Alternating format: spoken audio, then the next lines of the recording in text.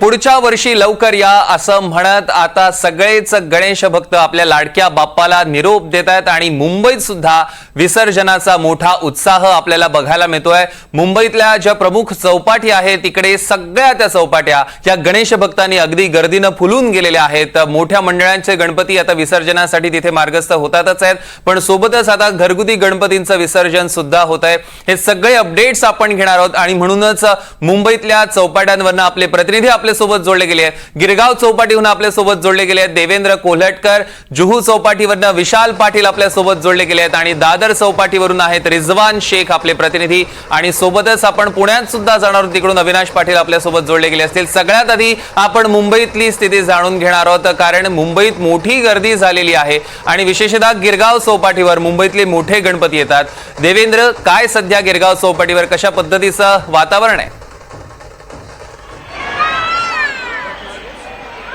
सौरभ, गणेशोत्सवाचा मोठा गणेश विसर्जनाचा मोठा उत्साह जो आहे तो आपल्याला गिरगाव चौपाटीवरती पाहायला मिळतोय।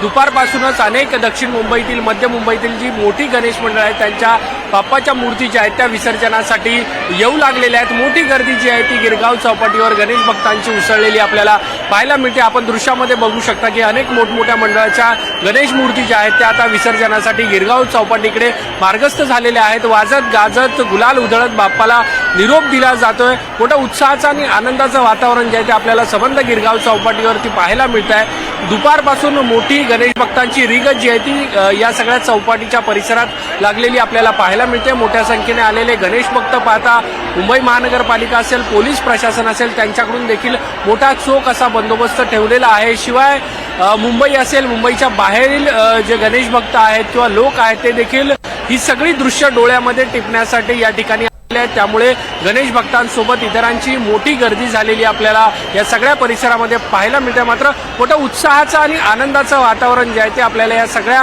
परिसरामध्ये पाहायला मिळतंय।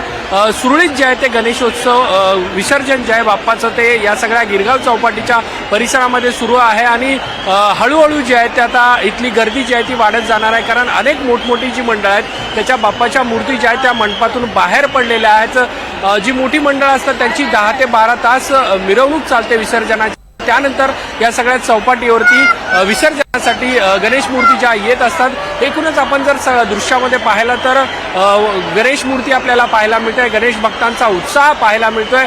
त्याचसोबत गिरगाव चौपाटीचं आकर्षण जे आहे ते अनेकांना असतं, त्यामुळे अनेक लोक जे आहेत ते खास करून विसर्जन पाहण्यासाठी या सगळ्या परिसरामध्ये आलेले आपल्याला पाहायला मिळतात। सौरभ, निश्चितच आपण थेट जाणार आहोत आता जुहू चौपाटीवरून। आपले प्रतिनिधी विशाल पाटील आपल्यासोबत जोडले गेले। जुहू चौपाटीवर विशाल, जर आपण बघितलं तर मुंबई उपनगरातल्या ज्या मोठ्या मूर्ती आहेत त्या सगळ्या जुहू चौपाटीवर येतात किंवा वर्सोव्याच्या दिशेने येत असतात। जुहू चौपाटीवर सध्या नेमकी काय परिस्थिती?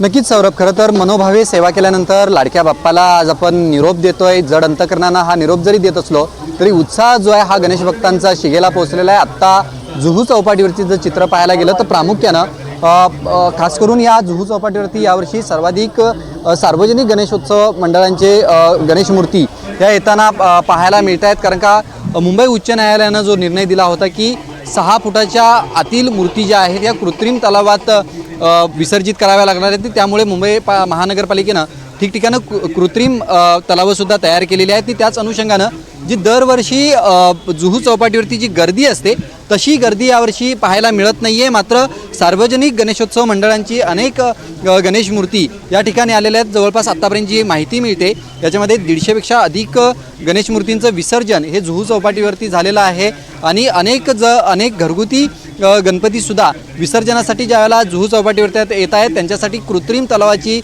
या ठिकाणी तयारी आणि कृत्रिम तलाव हे तयार करण्यात आलेले आहेत। मात्र एकंदरीत जर पाहायला गेलं तर जुहू चौपाटीवरती प्रामुख्यानं मुंबईतील नाही तर इतर राज्यातील लोकसुद्धा लाडक्या बाप्पाला निरोप देण्यासाठी आणि हा सगळा अनंत चतुर्दशीचा हा माहोल बघण्यासाठी म्हणून मुंबईत अनेक जण जुहू चौपाटीवरती येत असतात आणि तशाच पद्धतीनं आपण जर पाहायला गेलं तर या ठिकाणी प्रशासन पूर्णपणे सज्ज आहे। सातत्यानं वेगवेगळ्या सूचना या गणेश भक्तांना दिल्या जात आहेत, कारण का कुठच्याही प्रकारे या जुहू चौपाटीच्या किनारपट्टीवरती भाविकांना सोडलं जात नाही आहे। गणेश मूर्ती या ठिकाणी आणल्यानंतर जे लाईफगार्ड असतील किंवा जे स्वयंसेवक असतील यांच्या ताब्यात गणेश मूर्ती दिल्यानंतर ही गणेश मूर्तीचं विसर्जन जे आहे हे केलं जातं। त्यामुळे गणेश भक्तांना कुठच्याही प्रकारे समुद्र किनाऱ्यांवरती जाऊ दिलं जात नाही आणि एक प्रकारे एक शिस्तीचं वातावरण जे आहे हे आपल्याला जुहू चौपाटीवरती पाहायला मिळतं आहे। मुंबई महानगरपालिका प्रशासन असेल किंवा मुंबई पोलीस असतील यांच्याकडनं यावर्षी अधिक काळजी जी आहे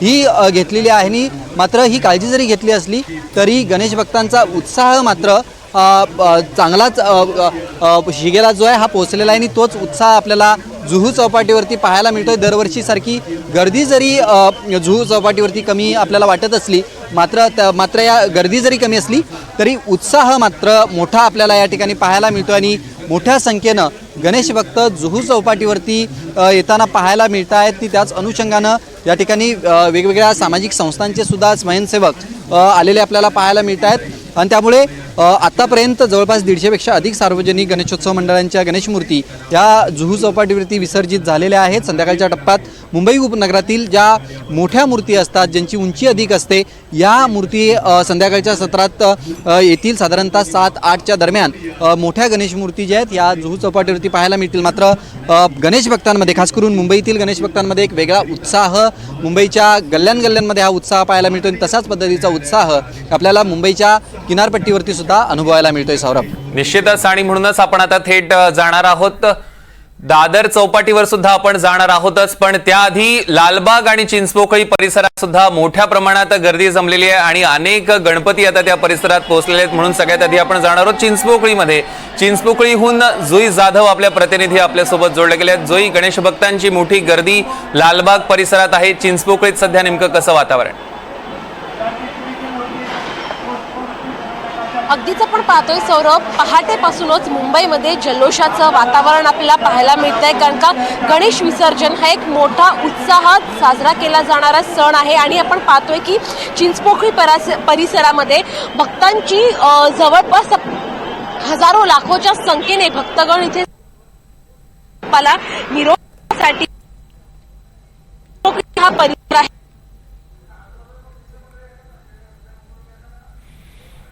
काही तांत्रिक कारणांमुळे आपला जुई जाधव यांच्याशी संपर्क होऊ शकत नाहीये। पुन्हा एकदा आपण त्यांच्याशी जोडले जाणार आहोत, पण आता आपण थेट जाऊया दादर चौपाटीवर कारण किनारपट्टी भागाचा आपण आढावा घेत होतो। रिजवान शेख आपले प्रतिनिधी आपल्यासोबत जोडले गेले आहेत। रिजवान, आपण सध्या दादर चौपाटीवर आहात, कशा पद्धतीचं वातावरण आहे? काही सार्वजनिक मंडळांच्या मूर्ती तिथे आलेल्या आहेत का?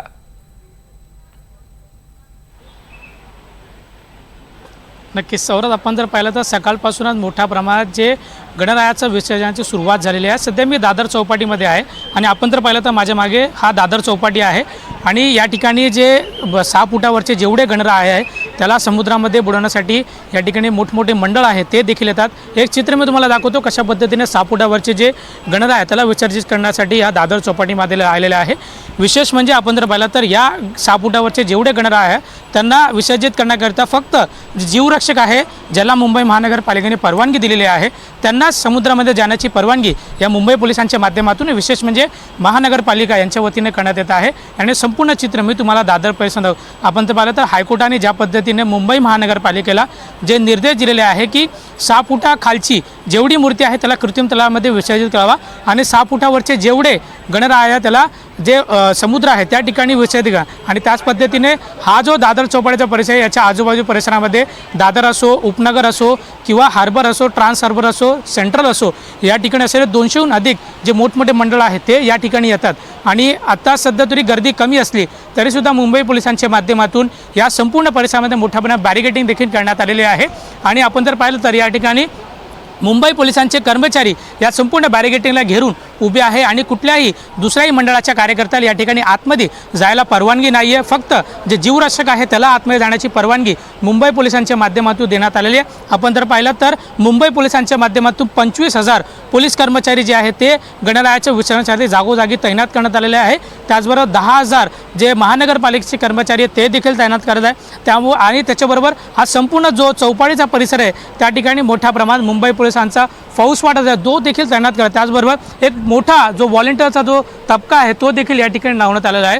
तर दुसऱ्या बाजूने आपण जर पाहिला तर या दादर चौपाटीमध्ये जो एक ग्रुप आहे तो या ठिकाणी जे मोठमोठे मंडळ आहे ते त्यांचं नोंदणी करतात की कुठून आलेले आहे आणि किती मोठा गणपती आहे. संपूर्ण ज्यांची लिस्ट आहे ते या ठिकाणी केली जाते आणि या ठिकाणी आपण जर पाहिलं तर या ठिकाणी जे बसलेले लोक आहे त्या मोठ्या गणपतीचा नोंदणी करतात, कुठून आलेली आहे आणि संपूर्ण माहिती हे मुंबई महानगरपालिकेला पोहोचवण्याचं काम यांच्या माध्यमातून केलं जातो. आणि आपण जर पाहिलं तर संपूर्ण हा परिसर मुंबई पोलिसांच्या माध्यमातून बॅरिगेटिंग केलेली आहे आणि कुठल्याही दुसऱ्या व्यक्तीला हे आतमध्ये जाण्याची परवानगी मुंबई पोलिसांच्या माध्यमातून देण्यात आलेली आहे. त्यामुळे आपण जर पाहिलं तर मुंबई पोलिसांची स्वतः वरिष्ठ पोलीस निरीक्षक या ठिकाणी आहे आणि माईकच्या सहाय्याने सर्व लोकांना आव्हान देखील करत आहे की या ठिकाणी कोणीही आतमध्ये जाण्याचा प्रयास देखील करू नये. कारण समुद्रामध्ये आपण जर पाहिलं तर मोठ्या प्रमाणात भरतीला देखील आणि येण्याची शक्यता आहे. सकाळी मोठ्या प्रमाणात याच समुद्राला भरती देखील होती. त्यामुळे मुंबई पोलिसांच्या वतीने विशेष म्हणजे महानगरपालिकेच्या वतीने एक संपूर्ण खबरदारी या संपूर्ण दादरचा जो चौपाटी परिसर आहे त्या ठिकाणी देखील घेण्यात आलेले आहे.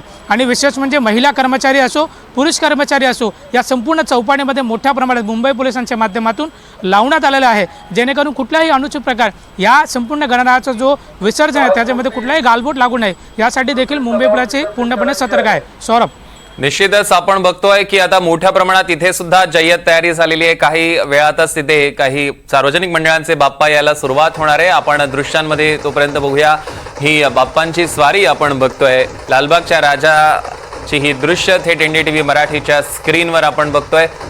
लालबागचा राजा आता विसर्जन मिरवणुकीकडे मार्गस्थ झालेला आहे. आपण बघतोय गिरगाव चौपाटीकडे तो हळूहळू मार्गस्थ होईल, पण त्याला अजून बराच अवकाश आहे.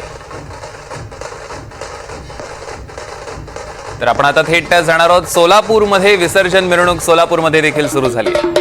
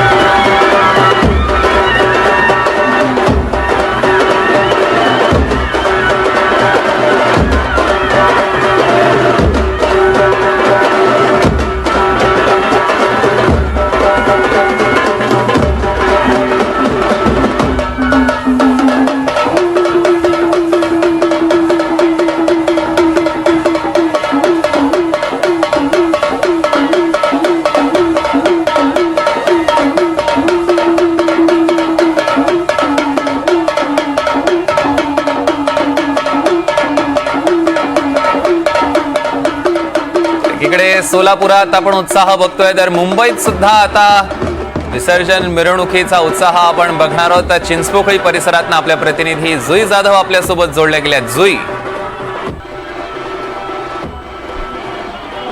सौरभ, मगाशी मी तुला हीच दृश्य दाखवत होती की सकाळपासून भाविकांची गर्दी ह्या परिसरामध्ये अशीच कायम आहे. आपण पाहतोय सकाळी 8 वाजल्यापासून या विसर्जन मिरवणुकीला सुरुवात झाली आहे आणि त्यानंतर आता 6:15 झाले आहेत. मात्र तरी देखील भाविकांचा जो उत्साह आहे तो काही कमी झालेला नाही.